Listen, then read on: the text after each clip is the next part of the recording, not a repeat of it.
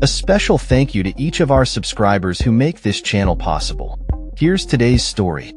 In a significant turn of events, top diplomats from the United States, Ukraine, France, Germany, and the United Kingdom have postponed their planned ministerial meeting in London aimed at negotiating an end to the ongoing war in Ukraine. This decision has effectively downgraded the discussions to a lower level, focusing on talks among senior officials instead.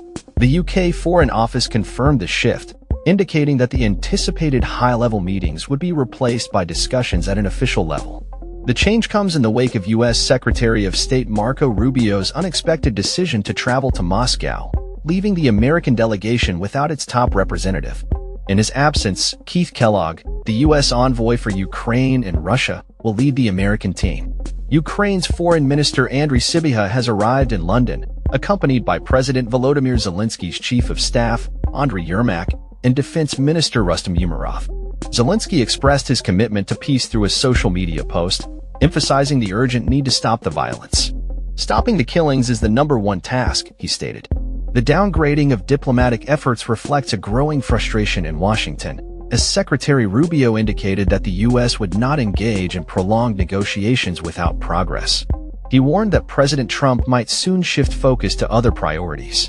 The current discussions follow previous negotiations in Paris, which aimed to build on a ceasefire framework introduced by the U.S. last week. Notably, the proposed framework includes a contentious provision that would require Ukraine to recognize Russia's annexation of Crimea, a demand that has faced strong opposition from Kiev. Zelensky firmly rejected any discussions that would compromise Ukraine's territorial integrity, stating, "There is nothing to talk about. This violates our constitution. This is our territory, the territory of the people of Ukraine." Crimea, which was annexed by Russia in 2014, remains a critical point of contention, along with concerns that further concessions may be sought in the partially occupied regions of Kherson, Donetsk, Luhansk, and Zaporizhia. Zelensky reiterated that negotiations could only proceed following an unconditional halt to Russian hostilities.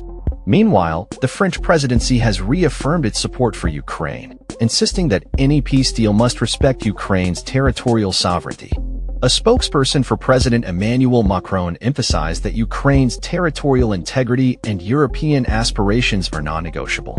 In a parallel development, Russian President Vladimir Putin has reportedly proposed freezing fighting along current front lines as part of a potential agreement, following the expiration of a 30-hour Easter truce that both sides accused each other of violating. Kremlin spokesman Dmitry Peskov cautioned against rushing the negotiation process, stating, "The settlement issue is so complex that it would be wrong to put some tight limits to it and try to set some short time frame for a settlement." As diplomatic efforts continue, Russian forces have intensified their attacks on civilian infrastructure in Ukraine. Recent drone strikes have targeted multiple locations, resulting in casualties, including 9 deaths from a drone strike on a bus in Marinets. The UK had emphasized the importance of the talks, which were expected to include delegations from France and Germany, alongside the US. However, Rubio's last-minute decision not to attend has cast a shadow over the proceedings. Despite the setback, Ukraine has sent a senior delegation in hopes of maintaining momentum in peace discussions. Zelensky's call for an immediate ceasefire underscores the urgency of the situation, as the conflict continues to escalate. Reports have indicated that Russia may be willing to abandon its territorial claims in parts of Ukraine in exchange for the U.S. formally recognizing Crimea's annexation. However, both the U.S. and Russia have yet to confirm these developments publicly. The U.S. Vice President, J.D. Vance, has stated that the White House is prepared to walk away from negotiations if both parties do not agree to a peace plan. Zelensky has made it clear that Ukraine will not recognize Crimea as Russian territory, reiterating that such a concession would be unconstitutional. The Kremlin's signals appear to be strategically crafted to complicate negotiations for Ukraine, as Russia faces accusations of bad faith in recent days. Ukraine has documented over 2,000 violations of the Easter ceasefire declared by Putin, further complicating the already tense situation. The diplomatic landscape remains fraught with uncertainty as both sides grapple with the complexities of the ongoing conflict, and the international community watches closely for any signs of progress. That's all for this story.